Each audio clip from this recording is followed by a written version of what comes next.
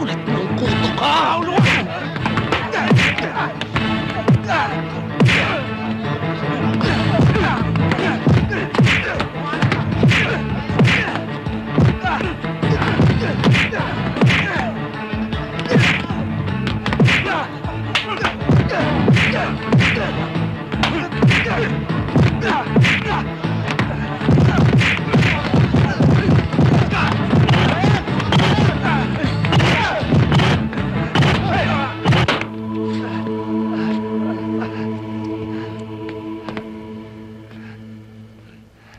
Kung ayaw niyong masama sa mga presong pugante na itutumba, wag na wag niyong kakagatin ang biskwit na ito! Ha? Dahil... Sagot niyo sa akin yan. Maliwanag ba? Bilis!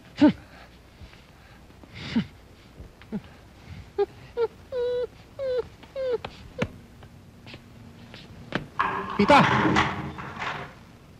Halika. Bakit, Tata? Sumama ka sa akin. May regalo ko sa'yo. Akong bahala sa'yo.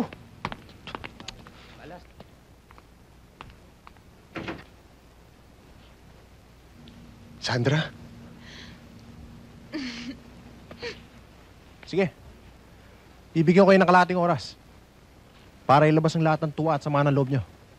At bago magkabilangan ng ulo dun sa loob, kailangan makabalik tayo kagad. Salamat, sir. Sige, umpisahan nyo na. Have a nice time.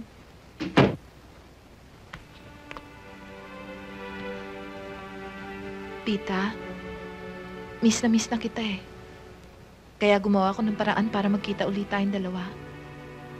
Kahit alam ko na, kinasal ka na, mahal pa rin kita.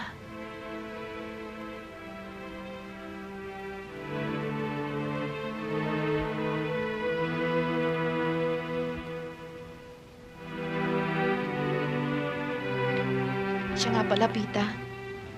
Si Roy ang dahilan kaya ka nakulong. Pati na rin si na Bobby.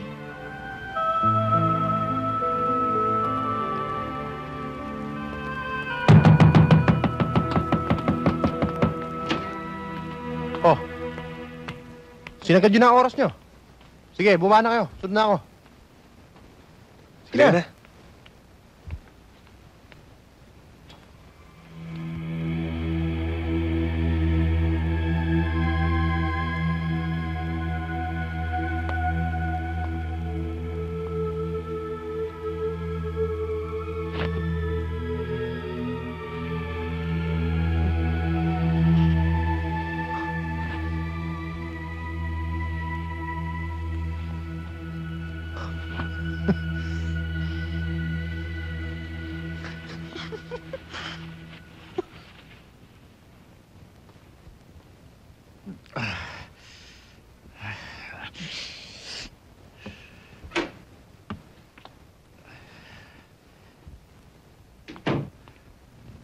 Hi! Kanina ka pa? Saan ka galing? Wala. Namasyal. Nag-window shopping. Nainip kasi ako eh. Saan ka talaga galing? Sa labas nga.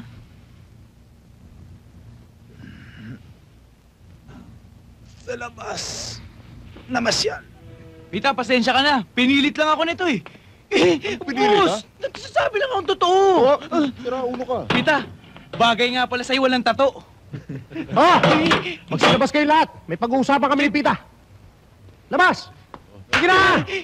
Oo. Sakit nun ah. Dali mo. Please. Alam mo ba?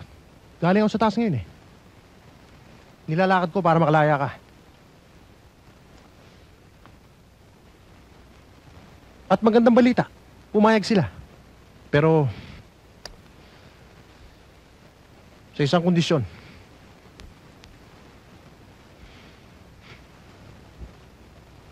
May papatrabaho sila sa'yo.